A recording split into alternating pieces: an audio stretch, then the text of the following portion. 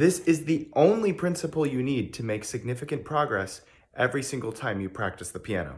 I've spent the last 15 years trying to get better at this thing. Problem was, most of my practice was wasted. I didn't really know what to do or how to do anything properly. So I put the time in, but I wouldn't be engaged with my brain. I'd be noodling with the fingers. I would just not really be using my ear to listen. I didn't actually know how to practice to actually get daily results. I wrote down literally like 100 pages of practice documents, like information, tricks I learned. What does this guy do? What does this guy do? Why does he do it? Right? So I'm just like gaining information. And every year I got a little bit faster, a little bit smarter about how I actually practiced. I'm not talking about my skill. I'm talking about how I developed my skill.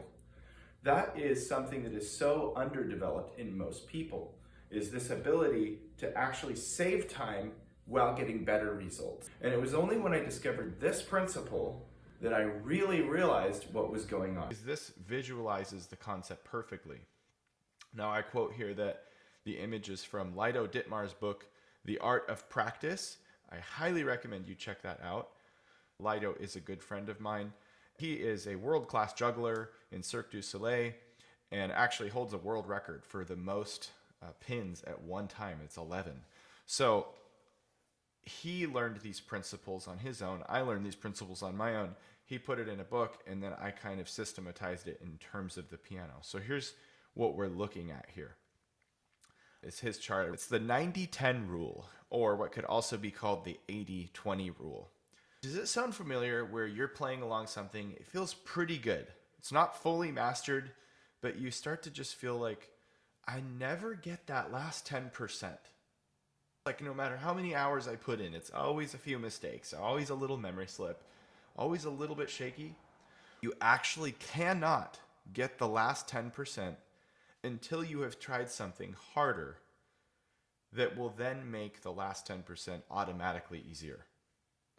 It's a whole different way of thinking about it. Instead of spending time in this last 10%, you literally abandon it, move on to a new problem that is more difficult, and by getting to 90% in that problem, you end up actually getting to 100 in the first problem, right? And then now you're at 90% in skill 2, you move on to skill 3, you get to 90% in that, now you're at 100% in skill 2. And so on and so forth. You just keep climbing this ladder all the way to the top. This works in so many different fields. You can use this with tempo to get faster. You can use this with dynamics to get more control. There's no end to this. So this video is going to be breaking down how this works, why it's important, and giving you some examples so you can actually apply it to piano practice. First of all, we need to understand why this happens. I'm not typically a scripted teacher, but I put it down here and honestly I can't say it any better. So stress actually provides the need for adaptation, which your brain converts to progress. Because when you adapt, you progress. Not only do you need to adapt to a harder challenge, you also need focus to adapt well. Therefore, improvement requires focus. And here's the key: stress forces focus. Right? Think of it that way, that if you're not doing something that causes you to focus and causes you to adapt to a new challenge with that focus, then your brain has nothing to actually get better at, and therefore it won't. You could repeat it 100 times, but it's not going to make it better. And no, 10% is not enough to force focus and cause you to adapt. But you might think, well, it's not perfect, so why not? And here's the reality. Think of this as an empty bar. There is no 90%. It's just all something you can't do.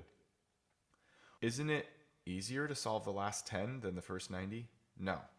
It's the other way around, because the bigger the gap, the more your brain has to adapt. So the better you learn something, the less your brain is challenged by it, and therefore the less adaptation happens. So think of it here. You're down here. You have 90% room to grow. And so your brain has to kick into high gear to get to that first 90%. It's got to figure out so much just to get you there.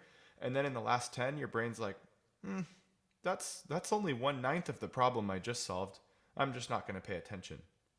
and it literally hits shutdown mode and is no longer effective. And that's why I said at the beginning, you have been doing this, you just probably didn't know.